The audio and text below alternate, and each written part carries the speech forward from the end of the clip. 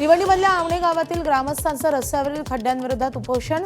बापगाव पडघा रस्त्याची चाळण, रस्ते काम आणि दुरुस्तीच्या खर्चाचा हिशोब देण्याची मागणी। निकृष्ट कामं करणाऱ्या जबाबदार अधिकाऱ्यांवर कारवाईची मागणी। अहिल्यानगरच्या देहरे, नांदगाव आणि शिंगवे गावातील विद्यार्थ्यांचा शाळेत जाण्यासाठी जीवघेणा प्रवास। विद्यार्थ्यांना ओलांडावा लागतो दररोज रेल्वे ट्रॅक आणि नगर मनमाड महामार्ग। अपघाताच्या धोक्यामुळे भुयारी मार्गाची मागणी। महामार्ग आणि रेल्वे ट्रॅकमुळे एकाच गावाचे 2 भाग। भंडाऱ्यामध्ये ढगाळ वातावरणामुळे धान पिकावर खोडकिडीचा प्रादुर्भाव।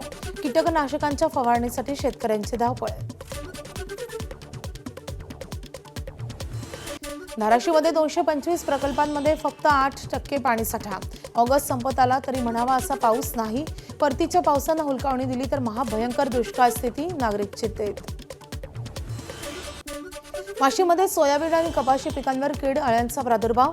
ढगाळ वातावरण आणि कमी पाऊस झाल्यानं पिकांवर उंटअळीसह इतर रोगांचाही प्रादुर्भाव। दमदार पाऊस झाल्यास कीड रोगाचा प्रादुर्भाव कमी होण्यास मदत होईल। सांगली जिल्ह्यातल्या पूर्वेकडील तालुक्यात पावसाची दडी आणि त्यामुळे कवठे महाकाळ तालुक्यातल्या जाखापूर गावातील मक्याचं पीक सुकू लागलंय। पीक जगवण्यासाठी मका पिकाला युरिया खताची मात्रा, पिकं जगवण्यासाठी शेतकऱ्याची धडपड। बीडच्या माजलगाव धरणाच्या प्रतिबंधित क्षेत्रात बेकायदेशीर ब्लास्टिंग। घटनेच्या 13 दिवसांनंतर अज्ञात आरोपीवर गुन्हा दाखल। जलसंपदा विभागाच्या भूमिकेवर प्रश्नचिन्ह। धरणाच्या सुरक्षेला धोका निर्माण केल्याचा आरोप। 26 मीटर लांब, 10 मीटर रुंद आणि 2 मीटर खोल खड्डा।